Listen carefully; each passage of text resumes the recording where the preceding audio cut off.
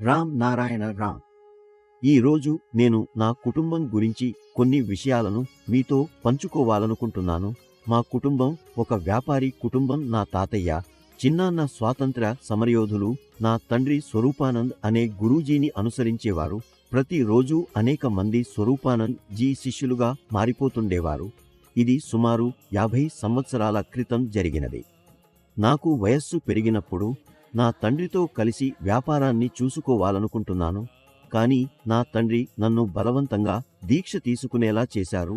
ఒకరోజు నేను నా తండ్రితో చెప్పాను, మీ గురువు సంస్కృతి మంచిదే, కానీ కేవలం ఆ సంస్కృతిని అనుసరించడం తగదు. కొంత మూలభూతమైన అంశాల గురించి పూర్తిగా తెలుసుకోవడం చాలా అవసరం. దానికి నా తండ్రి ఇలా అన్నారు, గురువు చెప్పేది అన్నీ సరైనవే, నీకు ప్రతిదీ తెలుసుకోవాల్సిన అవసరం లేదు. అందువల్ల మేము వాదనకు దిగాం. ఆ సందర్భంగా నేను అనుకోకుండా అన్నాను, మీరు మరణించిన తర్వాత భూమిని వదిలిపెట్టినప్పుడు నేను మీకు మోక్షం కలిగిస్తాను.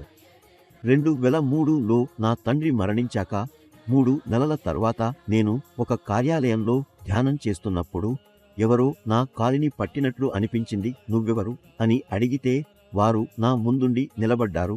వారు నా తండ్రి. నేను వారిని ఆలింగనం చేసుకుని వారికి ముందు శిరస్సు వంచాను. చూస్తుండగానే వారు కనుమరుగయ్యారు. దీనిని చూసి నేను భయపడ్డాను.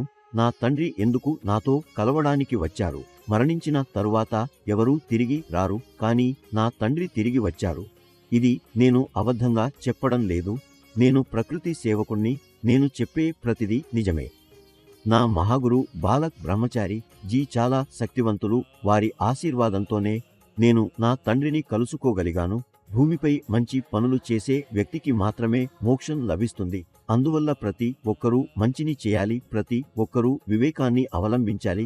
భూమిపై జీవించేందుకు అందరికీ సమాన హక్కు ఉంది.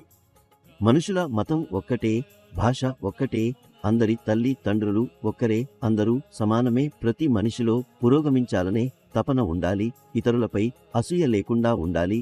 జీవితాన్ని సరళంగా, సింపుల్గా జీవించాలి. మోక్ష ద్వారం జన్మతోనే మూసివేయబడి ఉంటుంది. దాన్ని తెరవడానికి మంచి పనులు చేయాలి, వివేకంతో పనిచేయాలి, ధ్యానం చేయాలి. ఈ భూమిపై ఏదీ తక్కువగా లేదు. భూమిపై అన్నీ ఉన్నా కూడా మనుషులు తమ స్వేచ్ఛానుసారం ఎందుకు ప్రవర్తిస్తున్నారు? ఎందుకంటే భూమిపై వారికి యజమాని హక్కు ఉన్నట్లు భావిస్తున్నారు. కానీ భూమిపై ప్రకృతి ఆధారిత విద్యా వ్యవస్థ లేదు. ప్రకృతి ఆధారిత రాజకీయ పార్టీలు లేవు. ప్రకృతి ఆధారిత రాజ్యాంగం లేదు. ప్రజలు దీని గురించి ఆలోచించాలి. చైతన్యవంతులై ముందుకు సాగాలి. మనమే మనకు స్నేహితులం కావాలి.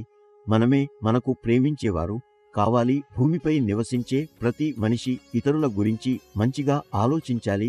సొంత ప్రయోజనాన్ని మాత్రమే చూడకూడదు. మీ ఎదుట ఒక చిన్నారి ఆకలితో నిద్రపోతుంటే మీరు ఎంతైనా సరే కొద్దిగా అయినా ఆహారం అందించండి. దేశం కోసం మోదీ ప్రభుత్వ పథకాలు అన్నీ అందరికీ తిండి, ఇల్లు ఇవ్వాలనే లక్ష్యం చాలా ప్రశంసనీయమైనది.